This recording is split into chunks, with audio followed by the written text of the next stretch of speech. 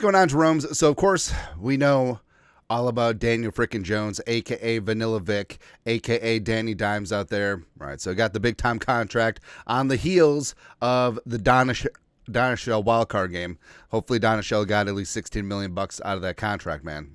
It's ridiculous. But frustration eventually got cut by the Giants, and the Vikings picked him up last year because Daniel Jones, he had lots of options. Could have signed anywhere else, but he wanted to be part of the Vikings because he wanted to be part of the coaching staff. He wanted to be part of this team, organization, locker room, all that stuff, right? And Daniel Jones, looking good. It's looking really damn good in purple, yellow, and white. Now, question is, what's going to happen moving forward? Like, Daniel Jones is a free agent, just like slinging Sammy Darnold, a.k.a. America's quarterback, and Jones could and should have options because we talked about how soft the free agent market is for quarterbacks. I mean, besides Darnold, there isn't much out there. Daniel Jones is part of that, and teams could look to Jones. It's not a great quarterback draft class, and they could certainly do that. But also, it's likely going to be JJ McCarthy show here in the great state of Minnesota. But what if I told you that I always thought that the most likely outcome is that Darnold leaves, whether it's tag and trade, or just signing a free agent contract elsewhere. And it's going to be JJ McCarthy starting, Daniel Jones as his backup caddy. And guess what? Even if you spend, like $10-12 million on Daniel Jones, I mean, JJ McCarthy, his base salary this year is about $900K. So that's still in your top two quarterbacks, and you need two in the modern NFL. It's still really, really cheap compared to other teams, and you still have tons of cap space to spend up elsewhere. You're going to be good to go. Long story longer, Jeremy Fowler and Dan Graziano, NFL Combine buzz, blah, blah, blah, blah, blah. And what's funny is that yesterday I'd just been like bitching and moaning, like, where's all the Daniel Jones free agent steam? And then it just like, bam, there you go. So it is under the guise of Sam Darnold, but it's really more about Daniel Jones. Fowler, while the Vikings are open to Sam Darnold returning, I continue to hear they won't mortgage the future to keep him. There's not much momentum coming out of the Combine that the Vikings will franchise tag Darnold, who should have multiple suitors in free agency if available. The Giants, Raiders, and Titans are among the logical options, and I'm not totally discounting the Steelers here. Not yet, at least. As one high-ranking official with a quarterback-needy team pointed out to me, Darnold won 14 games for the Vikings in 2024, is the best option on the market by a wide margin. So, high-ranking official on a team that needs a quarterback, Packers. One possibility that shouldn't be overlooked in Minnesota is resign Daniel Jones to pair with JJ McCarthy. That's why I said, whenever he's ready off his knee injury, he's good to go. People I've spoken to believe that there's a real consideration for the team. As was told to me, McCarthy has already proven to the staff he's the franchise quarterback, but the team won't rush his timeline. They want the process to unfold organically, whether he's ready now in camp or in a future year. In a future year? Okay.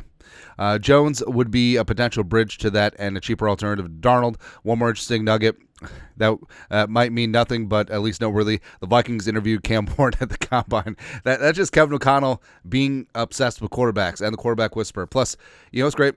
So, Kevin O'Connell, after the game, saying amazing things, nice things, accurate things to Anthony Richardson and all these other quarterbacks.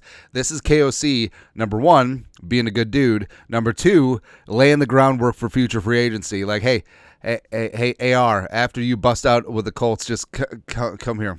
Come here. League minimum. You can be my quarterback 3. We will coach you. Come on in. I feel like there's some diabolicalness with Kevin O'Connell just being nice. It happens, man. But the whole thing about re-signing Daniel Jones does make sense to work with JJ McCarthy, but won't rush his timeline. So everything, all signs point to JJ McCarthy is good to go for off-season work. Shouldn't be setback for OTAs, mandatory minicamp, training camp, and obviously not for the season. But Daniel Jones, really? As a potential bridge quarterback, I think that could be the sticking point. Like, does he want to come here, and is he being told that he could compete with JJ McCarthy, or is he being told that he would straight up be the backup? No. Some other teams also in that mix, the Browns as well as the Colts, could be kicking the tires and lighting the fires on Daniel Jones as well. And maybe Daniel Jones thinks that he can beat Anthony Richardson in Shane Steichen's offense. And maybe Daniel, since the Browns are having to deal with the Deshaun Watson contract. Maybe Daniel Jones sees the Browns working with Stefanski, Kevin O'Connell adjacent. Maybe that's what's really going to be appealing. Although, if and when the Falcons cut Kirk Cousins, the Browns can add him on the league minimum, like the Steelers did with Russell Wilson last offseason. It's kind of funny. But I don't know. Like, if they bring in Jones, I think it's 100% to be JJ McCarthy's backup, because otherwise, if they weren't confident in JJ McCarthy's knee and they were going to be like organically, and we're not going to rush his timeline, then I think that they would bring back Darnold. But I don't know. Like, I think this is, like we said, everything this time of year is pure BS season.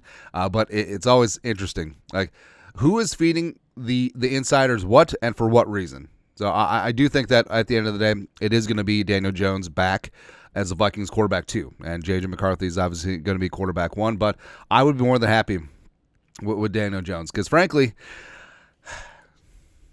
they should have made Daniel Jones the QB 2 in the wild card game, just in case.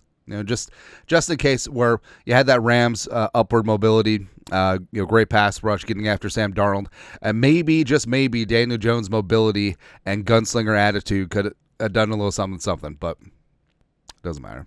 Didn't happen. Anyways, your thoughts are thoughts. Daniel Jones coming back to be the bridge quarterback? Nah, maybe. Let us know your thoughts, our thoughts, comment section. You guys are the best to do. Skol, production value.